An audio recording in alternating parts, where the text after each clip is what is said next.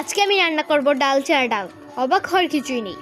Hello everyone, এটা আমার mini কিচেনের দ্বিতীয় দিন। প্রথমেই আমি ভাতটা বসিয়ে দিয়েছি, চালটা ভালো করে কষলে কষলে ধুয়ে নিয়েছি। তারপর উনুনে আগুন ধরিয়ে একটা হাঁড়ি বসিয়ে দিলাম, এরপর এতে জল দিয়ে দিলাম।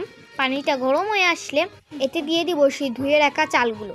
অন্য পাশে দেখো একটা হাঁড়িতে আমি জল বসিয়ে দিয়েছি, আর এখানে মুখি নিয়ে নিয়েছি, যেহেতু মুখি দিয়েই রান্না করব। তারপর এটাকে সিদ্ধ হতে দিয়ে দিয়েছি, আর এটা কিন্তু আমি কুসা শুদ্ধই দিয়েছিলাম। আর এখানে দেখো এটা আমি আরেকবার ধুয়ে নিচ্ছি সিদ্ধ করার পর। তারপর কুসাটা ফেলে দিয়ে এটা আরেকবারের জন্য ধুয়ে নিয়েছি। এদিকে দেখো একটা কড়াই বসিয়ে দিয়েছি, তারপর দিয়ে দিলাম পরিমাণ মতো তেল, কিছুটা রসুন কুচি দিয়ে দিলাম। এটা কিন্তু পরিমাণে কমই দিতে হবে। তারপর দিয়ে দিলাম পেঁয়াজ কুচি, তারপর দিলাম স্বাদ মতো নুন, তারপর দিলাম স্বাদ মতো হলুদ, মরিচ দিয়ে যখন মশলাটা একটু কষে যাবে তখন মুখিগুলো দিয়ে দিলাম। তো তারপর এটাকে একটু কষানোর পর দিয়ে দিলাম পরিমাণ মতো জল।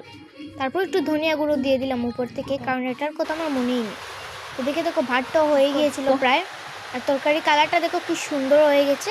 তরকারি রান্নাটাও ডান। এখানে আমি অল্প একটুখানি নিয়ে নিয়েছিলাম খাওয়ার জন্য। তো আমার মিনি কিচেনের ভিডিও তোমাদের কেমন লাগছে একটু জানিও।